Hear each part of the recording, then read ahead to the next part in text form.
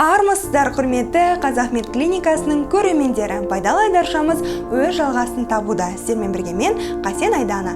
Біздің каналға тіркелуді, лайк басуды және де өз пікірлеріңізді қалдыруды ұмытпаңыздар. Бүгінгі тақырыбымыз бас ауруын емдеу жолдары.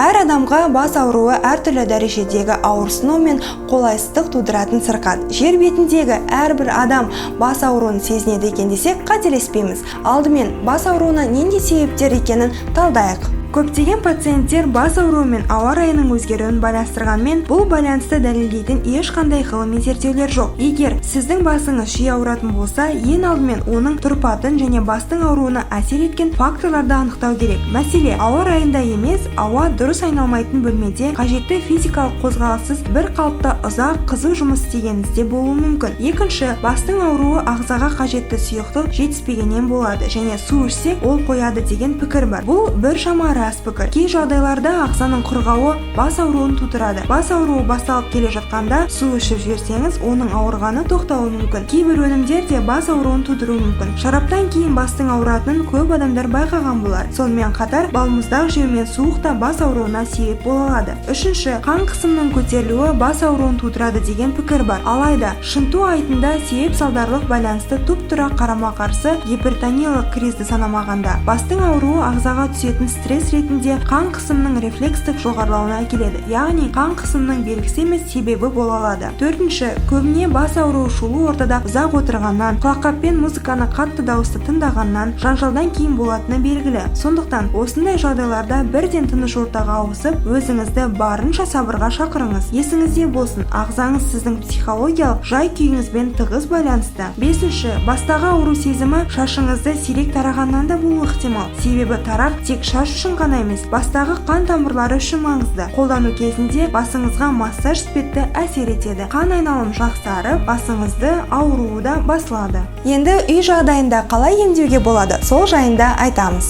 Бірінші емдеу жолы. Стаканның 3/1 бөлігі болатындай пияз шырынын сығып, 1 стакан табиғи балмен араластырыңыз. Тамақтануға жарты сағат қалғанда күніне 3 рет 1 шай қасықтан жеп тұрыңыз. Бұл қоспа бас ауруымен қатар ми тамырларын тазартумен иммунитетті де нығайтады. Екінші емдеу жолы. Ұнтақталған андыз бен тамырынан 1 құты салқын су құйып 10 сағат тұндырады, сүзіп алады. Астан жарты сағат бұрын күніне 4 рет құтының 4/1 бөлігін ішеді. Үшінші емдеу жолы. Киік шөп пен шай қурайды 2/1 мөлшерде араластырып, оның 20 граммына 1 құты ыстық су құяды. 1 сағат тұндырып, лимон қабығын немесе даршын қосады. Ыстық күйінде астан жарты сағат бұрын жарты құтыдан күніне 2-3 рет ішеді. Осымен пайдалы айдаршамыз аяқталды. Сіздердің игіліктеріңізге жараса біз өте қуаныштымыз.